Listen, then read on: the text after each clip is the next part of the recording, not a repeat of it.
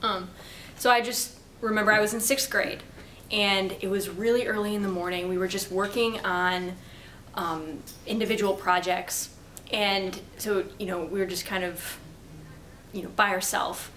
And I remember that my teacher got a phone call, and she was just talking in very hushed tones, and we were all kind of looking at each other like, what is going on? Because it was a very rare occurrence. And she just gets up and goes and turns the TV on, and you know, we see the footage, like they had the coverage of the attacks and the planes crashing into the buildings. And you know, I didn't really understand what was going on. I mean, I was 11 at the time, and I couldn't quite wrap my mind around it, because you know, I was 11. Everything kind of seemed like it was about me, you know.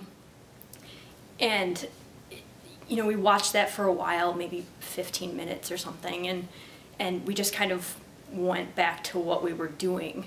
And you know, being a middle schooler, kind of forgot about it. But I remember thinking that all the teachers were acting very subdued, very strange that day, and I just didn't really get it. And then, you know, we went home, and my mom was there, and she was just sitting on the couch in the living room with her hand over her mouth, just not saying anything. And I remember trying to get her to explain to me what had happened, and she just didn't answer. Like she couldn't form words as to what had happened. And I mean, it probably took me a few months even to really, you know, wrap my mind around the scope of what had happened. But just,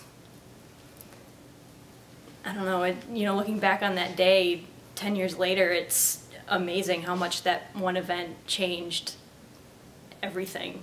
Probably it's hard to see the scale of it, you know, when I'm only 21, but I can't even imagine what, you know, what the world would be like if it hadn't happened.